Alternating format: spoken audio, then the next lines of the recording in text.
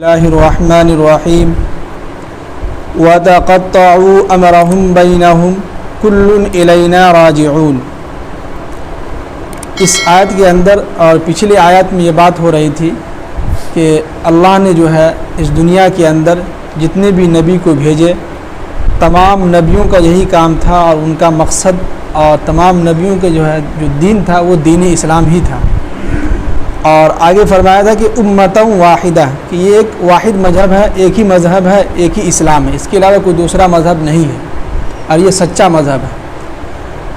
اسی کے آگے بیان کیا کہ وَتَقَطَّعُوا أَمْرَهُمْ بَيْنَهُمْ، کہہ رہے ہیں کہ ہم نے اس دنیا کے اندر لوگوں کو بھیجا تو لوگوں نے کیا کیا، آپس میں جو ہے ایک ٹکڑے ٹکڑے کر کے فرقے بنا لیے، ہے کہ نہیں؟ ہر آدمی نے جو ہے اپنا ایک الگ فرقہ بنا لیا، ہر آدمی نے اپنے لیے ایک الگ سے مسجدیں بنا لی، ہر آدمی جو ہے ایک دوسرے سے جو ہے نفرت کرنے لگے۔ تو قرآن اس کو بیان کر رہے ہیں کہ ہم نے اس دنیا کے اندر لوگوں کو جو بھیجا ہے، ایک مسلمان، ایک امت واحد، امت محمدی عربی صلی اللہ علیہ وسلم بنا کے بھیجا ہے۔ اب جو ہے لوگوں نے اس دنیا کے اندر کیا کیا کہ لوگوں کی غلطی ہے کہ اس نے دنیا کے اندر کسی نے اپنا ایک الگ مذہب بنا لیا، کوئی ہندو بن گیا، کوئی جو ہے عیسائی بن گیا، کوئی جو ہے کرسچن بن گیا، کوئی یہودی بن گیا، کوئی جو ہے مسلمان ہونے کے باوجود بھی جو ہے اس کے اندر جو ہے کئی فرقے بن گئے، لوگوں نے بنا لیا اپنی طرف سے۔ تو ان سب چیزوں کو قرآن بیان کر رہا ہے اور آگے فرمائے کہ کلٌ الینا راجعون، اور حالانکہ یہ سب کے سب کن کے پاس لوٹ کے آنے والے ہیں؟ اللہ کے پاس، ہے کہ نہیں؟ اس دنیا کے اندر کوئی بھی مذہب کا آدمی ہو، کسی بھی مذہب سے تعلق رکھتا ہو، ان سے پوچھیے کہ مرنے کے بعد کہاں جانا ہے تو وہ کہے کہ بھگوان کے پاس جانا ہے، اوپر والے وہ دیکھ رہا ہے، وہ سب کچھ کر رہا ہے، ان کے پاس جانا ہے۔ تو حقیقی معنی میں دیکھا جائے کہ انسان آخر میں آ کے کہاں جا کے پھنستا ہے؟ اللہ پہ آ کے پھنستا ہے۔ جیسے کہ سائنس نے جو ہے بہت انہوں نے تحقیق کی کہ اللہ نے اس دنیا کے اندر اور دنیا کو جو بنانے کے بعد اس دنیا کے اندر لوگوں کو بنا کے کیوں بھیجا؟ تو سائنس جو ہے بہت دنوں سے جو ہے ریسرچ کرنے کے بعد وہ قرآن پہ آ کے ایمان لے آیا۔ قرآن نے کیا کہا 27ویں پارے کے اندر کہ وَمَا خَلَقْتُ الْجِنَّ، ہم نے انسان اور جنات کو اس لیے پیدا کیا ہے کہ إِلَّا لِيَعْبُدُونَ، کہ وہ اس دنیا کے اندر رہ کے عبادت کرے۔ تو سائنس داں بھی جو ہے فیل ہو گیا، وہ کہاں پہ ایمان لے کے آ رہا ہے؟ آخر حالت میں جب دیکھا کہ کوئی راستہ نہیں ملا تو قرآن پہ ایمان لے آیا، کہا کہ قرآن میں دیکھتے ہیں قرآن کیا کہہ رہا ہے اس کے بارے میں۔ تو قرآن نے اس کا صاف صاف اور آسان انداز میں بیان کر دیا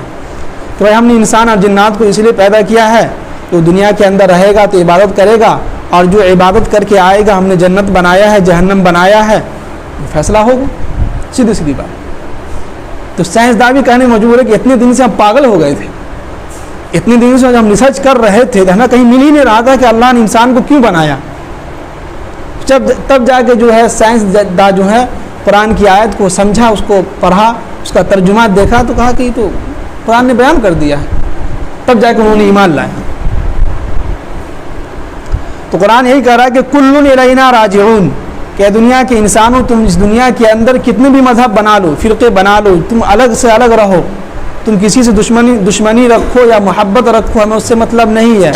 کلٌ الینا راجعون، تم سب کو ہماری ہی طرف لوٹ کے آنا ہے کہ نہیں؟ جی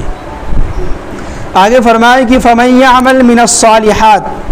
وَهُوَ مُؤْمِنٌ، جو شخص بھی مومن بن کر ایمان یعنی کہ نیکی کرے گا تو فَلَا كُفْرَانَ لِسَعْيِهِ، تو ان کی نیکی کو جو ہے ناقدری نہیں ہوگی، ان کی کوشش جو ہے ناقدری، ان کی کوشش کی جو ہے ناقدری نہیں ہوگی۔ کیا مطلب؟ اس میں یہ بیان کیا جا رہا ہے کہ اگر کوئی شخص ایمان والا ہے، مومن ہے، تو قرآن کہہ رہا ہے کہ اگر کوئی شخص مومن ہونے کے بعد اگر وہ نیکی کرتا ہے تو اس نیکی میں اس نے جو کوشش کی ہے، جیسے کہ آپ نے نماز یہاں پہ ابھی عشاء کی نماز ہم سب لوگوں نے ادا کیا ہے، تو کوشش کی تھی نا کہ ہم نے گھر سے آیا، وضو بنایا، نہ چاہتے ہوئے بھی ہم نے کوشش کیا کہ بھائی جانا ہے مسجد میں اور وضو کرنا ہے، نماز ادا کرنی ہے 10-15 منٹ میں، کوشش کرنے کے باوجود یعنی ہم نے کوشش کیا۔ تو قرآن کہہ رہا ہے کہ جو شخص بھی مومن ہونے کے بعد اگر وہ مومن ہے اور وہ نیکی کر رہا ہے اور نیکی میں جو اس نے کوشش کیا ہے تو اس کی کوشش کو ہم ناقدری نہیں کریں گے، اس کا رائے گا نہیں جائے گا، فالتو نہیں ہوگا، بیکار نہیں ہوگا اس کی نیکی۔ اب یہاں پہ ایک چیز سمجھیے کہ قرآن نے نیکی کے بعد نیکی کے معاملے میں مومن کا قید کیوں لگایا، مسلمان ہونے کی جو ہے شرط کیوں لگائی ہے؟ اس لیے کہ اس دنیا کے اندر ہم سے زیادہ جو غیر مذاہب کے لوگ ہیں لاکھوں کروڑوں روپیہ خرچ کر رہے ہیں کہ نہیں؟ لگاتار جو ہے پورے جو ہے روزانہ جو غریبوں کو کھانا کھلا رہا ہے غیر مذاہب کے لوگ، ان لوگوں کے لیے نیکی نہیں ہے. سمجھائی میری بات؟ ان لوگوں کے لیے قرآن نے صاف صاف کہا کہ یہ لوگ دنیا کے اندر جتنی بھی پنیہ کما لیں، جتنی بھی نیکی کا کام کر لیں، لاکھوں کروڑوں روپیہ اگر ایک دن میں خرچ کرتا ہے نیکی کے، اپنے پیسے کو جو ہے غریبوں پر خرچ کرتا ہے، تو اس کا ثواب، اس کا نیکی دنیا کے اندر ہی اس کو ملے گا، آخرت میں اس کا کوئی حصہ نہیں ہوگا. سمجھ رہے ہیں میری بات؟ اب یہاں پہ دیکھیے کہ ایک مومن ہے، غریب ہے، لیکن اگر وہ اپنے جیب کے اندر، سمجھیے کہ اس کے جیب کے اندر جو ہے کھجور پڑا ہوا ہے، کھجور رکھے ہوا تھا، دیکھا کہ غریب بچہ ہے، بھوک لگی ہے، اس کو پیاس لگی ہوئی ہے، بھوک لگی ہوئی ہے، اس نے دیکھا کہ جو ہے میرے جیب میں جو ہے کھجور ہے، اس نے نکالا، آدھا کھجور جو ہے اس کو کھلایا اور خود بھی کھایا. تو یہ آدھا کھجور دنیا کے حساب سے بہت کم ہو گیا ہمارے لیے، ہے کہ نہیں؟ بہت چھوٹی نیکی ہو گئی. اگر کوئی غیر دیکھے کہے گا یار مسلمان ہوں کتنا چھوٹا آدھا کھجور بچے کو کھلا رہا ہے، لیکن نہیں، اللہ کے نبی نے کہا کہ یہ آدھا کھجور کل قیامت کے دن اس کے سامنے اتنی نیکی لے کے آئے گا کہ انسان سوچ بھی نہیں سکتا. کس بنا پہ؟ مومن ہیں ہم، مسلمان ہیں ہم، تو ہم اگر آدھا کھجور بھی اگر صدقہ کر رہے ہیں تو اس کا نیکی جو ہے لاکھوں کروڑوں روپے جو غیر خرچ کر رہے ہیں دنیا کے اندر غیر لوگ، اس کا مقابلہ نہیں کر سکتے. اس کو جو ہے دنیا کے اندر ہی نیکی مل جائے گی، آخرت میں اس کا کوئی حصہ نہیں ہوگا. آخرت میں اگر کوئی کسی کا حصہ ہے تو وہ ہے مومن کا، مسلمان کا. اس لیے قرآن نے یہاں پہ مومن کی شرط لگائی ہے، مومن کی قید لگایا ہے کہ فَمَن يَعْمَلْ مِنَ الصَّالِحَاتِ وَهُوَ مُؤْمِنٌ، بشرطے کہ وہ مومن ہو، اگر اس نے نیکی کیا ہو تو اس کی نیکی جو ہے ہم رائے گاہ نہیں کریں گے، اس کی نیکی کو ختم نہیں کریں گے، اس کو ثواب دیں گے. آگے فرمائیں کہ وَإِنَّا لَهُ كَاتِبُونَ، اور بے شک جو یہ نیکی جو کر رہا ہے ہم ہر چیز جو ہے لکھ رہے ہیں. سمجھ رہے ہیں میری بات؟ سوئیے نہیں بیٹھ کے نا. جو ہم نیکی کر رہے ہیں، جو ہم اعمال کر رہے ہیں اس دنیا کے اندر، تو یہ دونوں جو فرشتے بیٹھے ہوئے ہیں کرامن کاتبین، یہ دونوں ہمارے جو ہے نامہ اعمال کے اندر سب کچھ لکھ رہا ہے. تو اسی کے قرآن نے کہا کہ وَإِنَّا لَهُ كَاتِبُونَ، یقیناً بے شک ہم جو ہے ان کی نیکیاں کو سب کچھ کیا کر رہے ہیں؟ لکھ رہے ہیں. آگے فرمائیں کہ وَحَرَامٌ عَلَىٰ قَرْيَةٍ أَهْلَكْنَاهَا، کہ ہم جو ہے جب کسی بستی کے لوگوں کو ہلاک کیا ہے، ہم نے ہلاک جو کیا ہے کہ أَنَّهُمْ لَا يَرْجِعُونَ، یقیناً وہ جو ہے دوبارہ لوٹ کر آنے والے نہیں ہیں، وہ ناممکن ہے کہ وہ لوٹ کے آئے. کیا مطلب؟ اللہ کے نبی کے زمانے میں کفار و مشرکین یہ کہتے تھے کہ جو کفار و مشرکین جو پہلے کے لوگ جو بستی میں ہلاک ہو گئے، اللہ نے ان کو جو ہلاک و برباد کیا ہے، تو یہ کفار جو ہے جب یہ کل قیامت کے دن زندہ ہوں گے تو اس سے اچھا کیوں نہ ہو کہ ان کو ابھی جو ہے زندہ کر کے ان کو جو ہے دنیا کے اندر موقع دے دیا جائے نیک اعمال کرنے کے لیے. میں سمجھا پا رہا اپنی بات کہ یعنی کہ کفار و مشرکین کا کہہ رہے ہیں کہ اگر انتقال ہو جاتا ہے، وہ ہلاک و برباد ہو گیا، تو کفار و مشرکین یہ کہتے تھے کہ ان کو اللہ تعالیٰ ابھی زندہ کر دے، قیامت میں کوئی زندہ کریں گے، ابھی زندہ کر دے، وہ دنیا کے اندر رہے گا، دوبارہ اعمال کرے گا، نیک اعمال کرے گا تو جنت میں جائے گا. قرآن نے کہا کہ نہیں، ایسا اگر ہوتا تو ہر آدمی جو ہے پہلی زندگی میں کیا کرتا؟ خوب جو ہے عیاشی کرتا، کہتا ہے دوبارہ جو ہم زندہ ہو کے آئیں گے تو دنیا کے اندر خوب نیکی کمائیں گے. تو پھر تو ہر آدمی جو ہے پھر تو مسجد پوری خالی رہتی، پھر تو دنیا کے اندر ایک بھی انسان نیکی کرنے والا نہیں ملتا. اسی کو قرآن یہاں بیان کر رہے ہیں کہ وہ حرام، یعنی کہ ہم یہ ناممکن ہے